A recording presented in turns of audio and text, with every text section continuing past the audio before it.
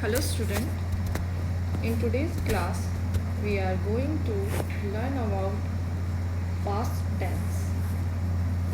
आज हम simple past tense के बारे में पढ़ेंगे. सिंपल इंडेफिनिट टेंस भी इसको कहा जाता है. ये कहाँ यूज़ होता है, कैसे यूज़ होता है. This tense shows an action that occurred in past and complete a particular time in past. यानी इस टेंस में कोई भी कार्य, कोई भी एक्शन या कोई भी क्रिया जब पास्ट में होती है, यानी उस समय के मतलब कार्य भी होगा और जो टाइम है वो दोनों ही क्या होंगे, कंप्लीट हो जाएंगे. दोनों ही एक टाइम पे समाप्त हो जाएंगी दोनों चीज़ें. अब जो पास्ट को इंडिकेट करने वाले कुछ वर्ड्स हैं वो कौन कौन से हैं. ऐसे वर्ड्स हैं ago, yesterday, last month, in 1985 या एनी कोई भी ईयर हो सकता है, कुछ भी हो सकता है.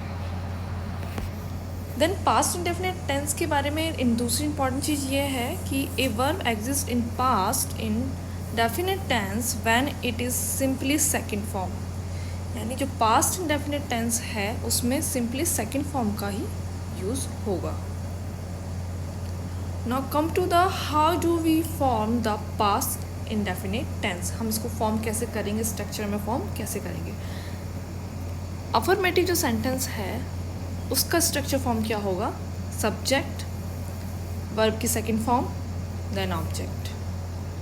नेगेटिव जो सेंटेंस है उसका सब्जेक्ट फॉर्म, सब्जेक्ट आएगा पहले, देन डिड नॉट, वर्ब की फर्स्ट फॉर्म.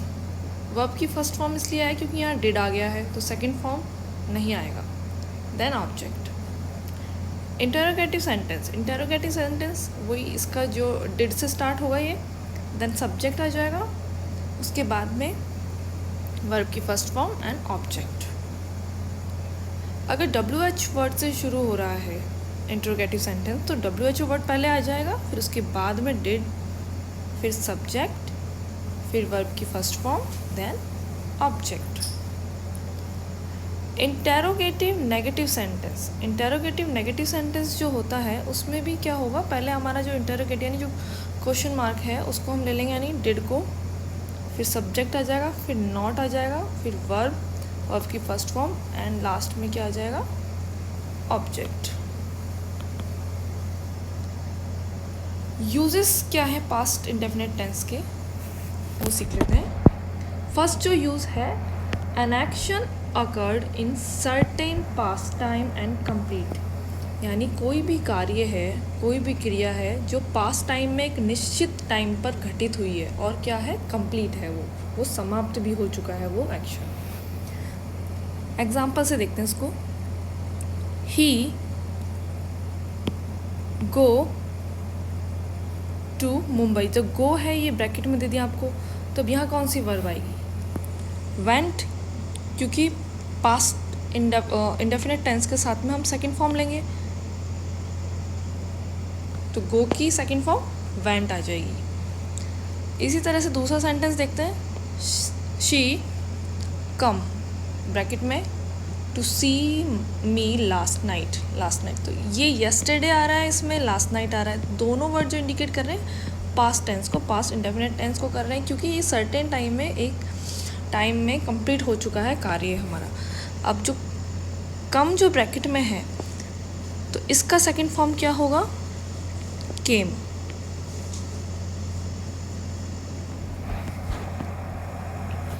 नेक्स्ट यूज है इसका to expresses past habitual actions. जो पास्ट के जो हैबिचुअल एक्शंस होंगे उनको एक्सप्रेस करने के लिए इसका यूज़ होता है पास्ट इंडेफिनिट टेंस का. In my childhood I blank play cricket. Second form क्या होगा प्ले का, प्लेड.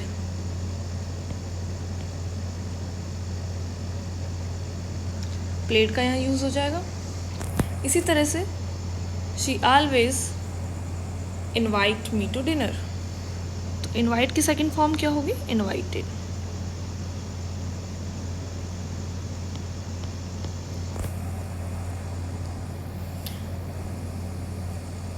इम्पॉर्टेंट चीज़ ये है कि words that expresses past habitual actions वो कौन कौन से हैं.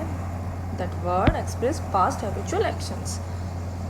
Always, never, seldom, often, scarcely, rarely, once a day, once a week, once a month, daily, every day. तो ये कुछ ऐसे वर्ड्स हैं जो कि पास्ट हैबिचुअल एक्शंस को रिप्रेजेंट करते हैं. देन उसके बाद में है यूज टू. यूज टू जो एक वर्ड है ये एक्सप्रेस करता है किसको, पास्ट हैबिचुअल एक्शंस को भी एक्सप्रेस करता है. कैसे, एग्जांपल से देखते हैं. Gandhi ji use to spin afternoon. Gandhi ji जो थे वो आफ्टरनून में स्पिन यानी बुनना, बुनाई का जो काम होता है उसको काटना है. तो यूज टू का जो यहाँ यूज़ हुआ है वो क्या इंडिकेट कर रहा है, किसको, पास्ट हैबिचुअल एक्शन को.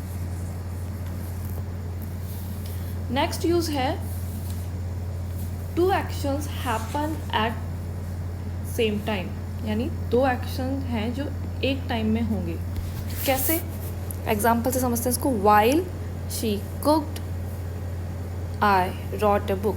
वाइल जब वो खाना बनाया था उन्होंने, कुक्ड यानी खाना बनाना, and I wrote a book मैंने एक बुक लिखी थी. दोनों काम हो रहे हैं और दोनों में ही क्या आ रहा है, प्रेजेंट सिंपल, जो अपना सिंपल पास्ट टेंस आ रहा है इसमें. इसी तरह से while they play we study. वो खेले और मैं पढ़ा, हमने पढ़ाई करी. और विथ सपोजिशन सेंटेंस यानी जो कि इफ़, एज इफ़, एज दो, एज ओनली, आई विश से शुरू होते हैं. यानी ये जो वर्ड्स आएंगे ये किसको, सपोजिशन को इंडिकेट करेंगे. जैसे I wish I were the chief minister of Rajasthan. तो यहाँ पे क्या आएगा, simple past tense. He talks as if he were my boss. जैसे कि वो मेरा बॉस है, इसमें भी simple present tense. Next use है if there two actions happen in past. अगर दो एक्शन हैं पास्ट में हो रहे हैं. फर्स्ट एक्शंस जिसको हम प्रीवियस एक्शन भी कहते हैं, takes past perfect tense. And second action जिसे सब्सिक्वेंट एक्शन भी कहते हैं, takes simple past tense. Example से समझते हैं इसको. The patient had died before the doctor came.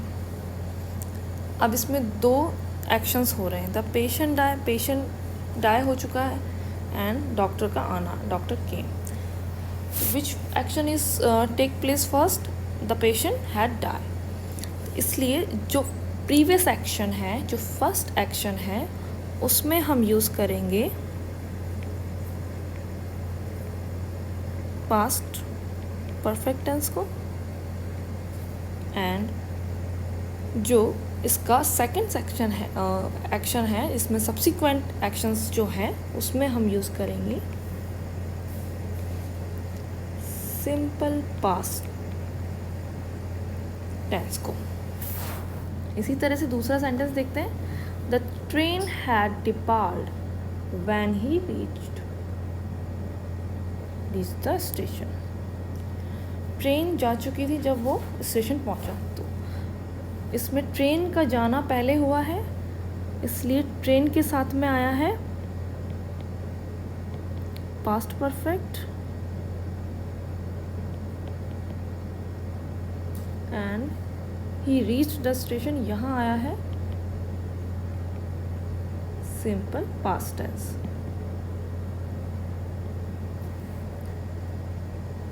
Next use है इम्प्रॉबेबल कंडीशन सेंटेंस.